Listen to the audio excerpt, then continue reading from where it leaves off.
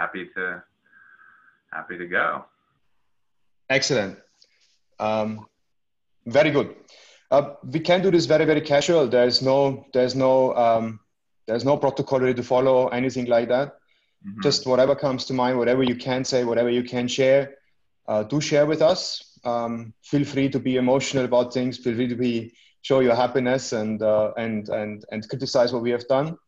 And basically, then at the end, it would be good if we just have a little bit of an introduction to you, or if you want to start with that, we can also do that. As to what is your background, what brought you to the Rockefeller Foundation, what motivates you, and then we'll cut that down to about a 2-minute clip. Okay, sure. Good. Where would you like me to start? I'm happy to answer any of the questions. I'll follow your lead. Okay, so why don't we start by basically looking at what has happened in the Rockefeller Foundation with regards to its strategy, and why has the strategy really been assessed, relooked, and why is change now taking place? Sure. So, you know, the Rockefeller Foundation has a 105-year history in funding food and agriculture. So there's a lot of change and investment to look at. It is interesting when we looked at how the Rockefeller Foundation funded the Green Revolution, which was really a 25-year process. The goals were very clear. They were really very concerned about famine. And so everything was focused on productivity, the production of calories. And I would say, you know, they've been very successful. The world has been very successful in producing calories. The challenge is that we're dealing with a food system, and you can't focus just on one objective, because a food system needs to deliver on multiple things. So we have created a food system that has optimized on production of calories and profit. It is not optimized on other critical things such as nutrition, environmental sustainability, culture, and community. And a food system needs to do all 6 of those things. And I think the reason the food system needs transformation and our strategy needs to evolve is that we need to help develop and create a food system that optimizes not just on production and profit, but specifically on nutrition, environmental sustainability, culture, and community. Because food and food systems are more not just economic, they're social, they're spiritual, and environmental.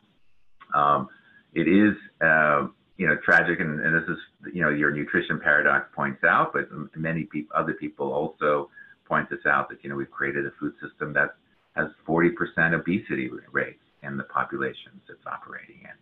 And it's the largest contributor to global greenhouse gases. And it doesn't have to be. Agriculture can actually enable health and become a solution to the climate change issue rather than a contributor to that. So this is all about kind of re-evaluating and restructuring and rethinking the food system. Excellent. You already pointed out that the Green Revolution has made its fair share of success. Frankly, it took a lot of people out from poverty, access to food, made it affordable, and basically filled the stomachs. But yet we have created this system, as you point out, with obesity, and haven't really resolved hunger we haven't been able to extinct hunger. So in SDG terms, we're talking of eradicating hunger being SDG number 2, and then nutrition well-being, SDG number 3. There's also this element around the micronutrients in our food, because it is being so concentrated around 12 crops and 5 animals. That actually cuts out all the micronutrients that we need, because we are used to, as from evolution terms, we're used to a wide variety of plant-based intake, and we are deprived from that. And I guess this has also a knock-on effect with regards to markets that then farmers can tap into if they have producers. They are missing today. And therefore smallholder farming communities go empty because they don't have markets anymore in this. So the question I'm trying to get to is whether or not the Rockefeller Foundation looks only at the farming community and the agricultural system, or is it also consumer as well as production of food per se that the Rockefeller Foundation gets into with its new strategy? Yeah, so our new strategy is going to have kind of two fundamental elements. One is actually at the vision. And I think I mentioned to you, we're going to be launching a Food System 2050 Vision Prize, because our observation is that in cultures all over the world, any book or movie about the future is dystopian. It's really dark. We're very good at describing a future that no one wants. And we're actually quite bad at describing a future that we really want. And as you know, if you can't imagine it, you actually can't create it. And we are not imagining and describing the future food system that optimizes production, profit, environment, nutrition, culture, and community. We need all six of those things, and that's going to take a lot of creativity and innovation and investment. And so this food prize is designed to get 1,000 groups all over the world describing their local or regional food system as they would like to see it in 2050. If we make the right decisions, what does it actually look like in terms of farming systems and market systems and the nutrition profile and all of these things that we know are important. Given the fact that we have global warming, population growth, artificial intelligence and automation, these are all going to be transformative. So we have to be envisioning a food system we want, or else we're going to de facto get something we don't want. And so that is one part of what the Rockefeller Foundation is hoping to contribute to the food conversation and the food movement. The second is we think there's going to be some very specific investments we can make, primarily around shifting diets, because we know that the food system needs to improve production efficiency. We've done a lot of work there. And reduce food loss and food waste. We've also initiated a program there. But those two things are not going to get us the solution. We have to shift diets. We have to move to what people are calling protective foods, or a minimum risk diet, which is a plant-forward diet. It doesn't mean you eliminate these other things, but the greatest risk for disease comes from the underconsumption of fruits and vegetables and nuts and legumes and whole grains. We are not consuming anywhere in the world the required amount. And that's one of the reasons why we have such large numbers and increasing numbers of non-communicable diseases and diabetes, etc. So shifting diets and how we do that is going to be an area of investment. So everything from institutional procurement in the United States, how do we get school meals that are actually good for kids, to some supply chain efficiencies and diversification strategies in East Africa. So those are the two geographies we're going to be going deep in. So, and that's around innovation and really helping make changes. So we are going to be doing both the vision and then some very specific on the ground transformation. I think that sounds awesome. This connects well to one of the questions that I had in mind asking you, and that is what you foresee to be the biggest levers in order to bring really change about. And I think what you're saying with regards to shifting diets is personally to me the biggest challenge that we have to overcome, because the moment we have the consumers out there still falling into the traps of this obesogenic environment that everybody is exposed to without consciously going for a better choice themselves, how on earth can the food and agri-system build enough supply of products that are better for both planet as well as people? And I think that is a very, very, very important and interesting area to look at. In our program, we bring therefore also psychologists and psychometrics into the room in order to try to understand how can we use how can we use a technology that has become famous for enabling Brexit, for example, and has, Cambridge Analytica was in the media for all the wrong reasons. But if such a technology is around, can it be deployed for good, and can it actually be impacted? Can it be used to impact for a great purpose? Am I right if I say that this is some sort of the levers that you also foresee? Psychology, education, big part is aspiration, but also aspirational foods, particularly in developing countries where you have people saying, so finally I have available income and I don't want to eat rice anymore. I want to start eating noodles, for example, and I fill my stomach up with noodles. And then as the consumer, as they grow in terms of their income, they move on to more protein and more fat-based diets. Mm-hmm. No, I think we have to use multiple levers. I mean, there's a demand shift that's required, and that we have to use all levers there. There's also supply shift. We are not producing the healthy foods in the quantities that we need, or at the price point that we need. And so we have to figure out how do we enable that more effectively. And obviously technology there is going to be pretty helpful. And then we have to think about, what is this implication for farmers and farm systems and landscapes? And those are all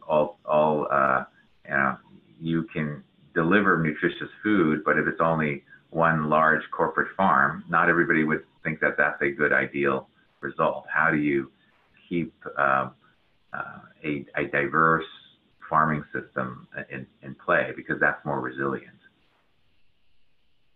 Excellent. Roy, I've heard you say everything that resonated so well with me when I was sitting in your office on the chair behind you, on the desk behind you.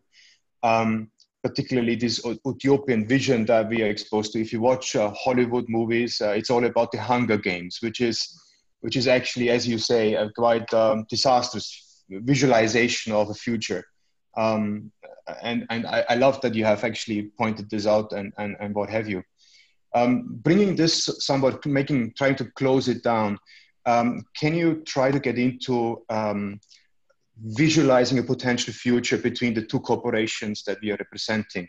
I'm as a co-founder of Names and the initiator of this Nutritional Paradox, trying to actually carve it out as a non-for-profit foundation trust, name it whatever you want to name it, in order to actually start bringing a community, a tribal community together to drive education, to basically also make sure that people understand precisely what we are saying in layman terms, so that we actually bring that word out and spread the word so that we can go after these people that have then be finally or are willing to make a shift and switch. And then on the other hand, my organization is going to go after a hardcore business case and say, okay, so how can we actually bring the Bambara groundnut alive? How can we use lupine on dry land? How can we use moringa for a better calcium supply other than from pure dairy-based stuff? And all of these technologies that we are thinking about are going to be hardcore commercial.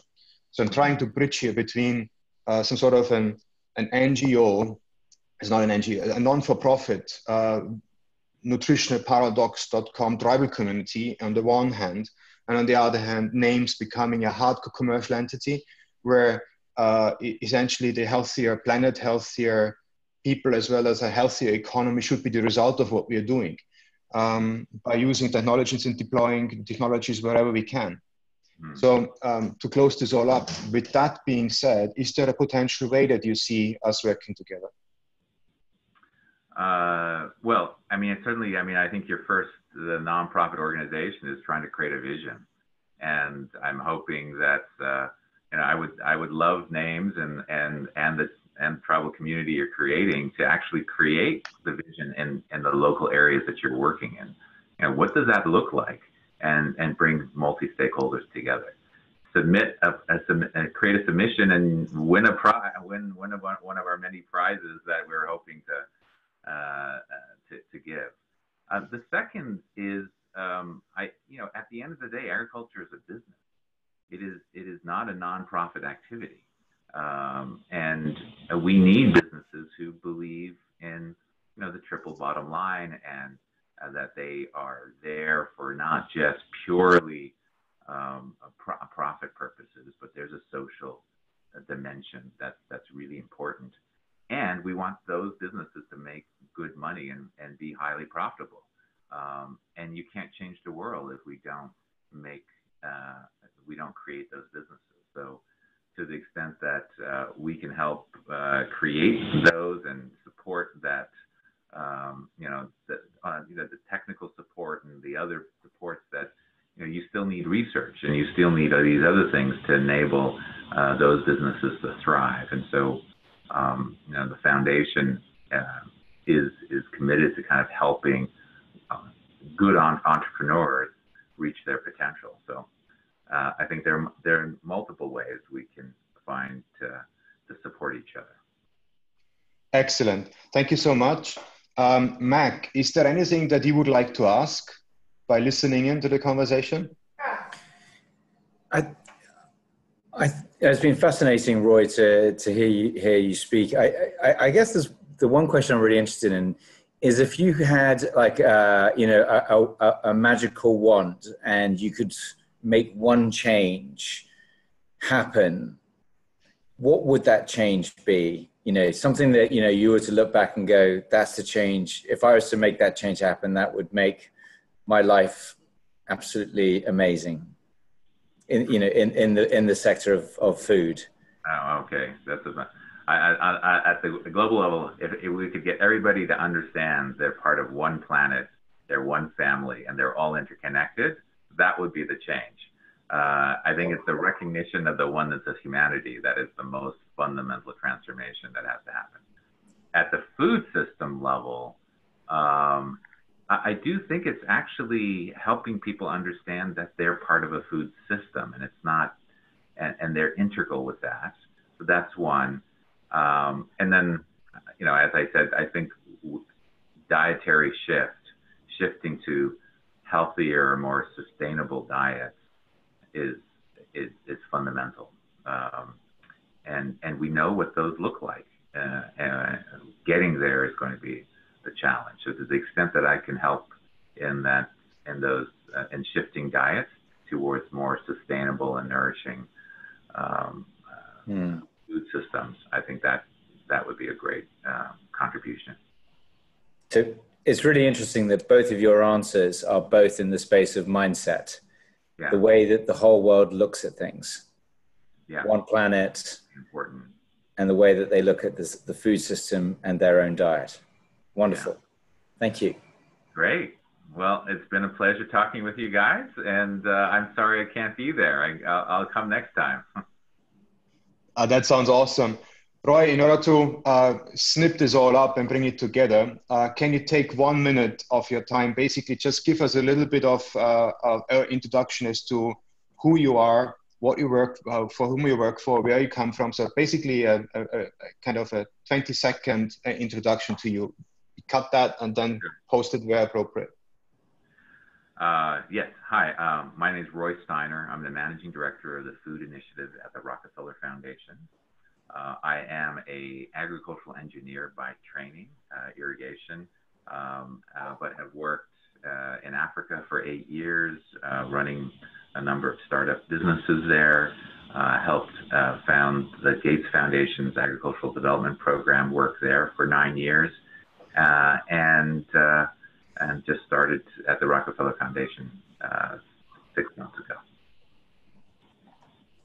Awesome. Thank you so much. I honestly enjoyed this. This is,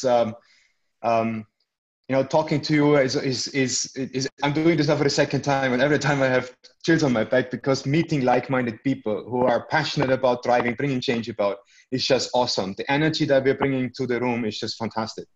I hope that our paths cross very, very soon. And personally, I wish you all the best success on the first week in May in Italy. I think you have a fantastic location, and I hope we can connect thereafter. Thank you very much. Fantastic. Take care. Thanks, Roy. Thank you. Great job. Thank you. Thank you. Bye.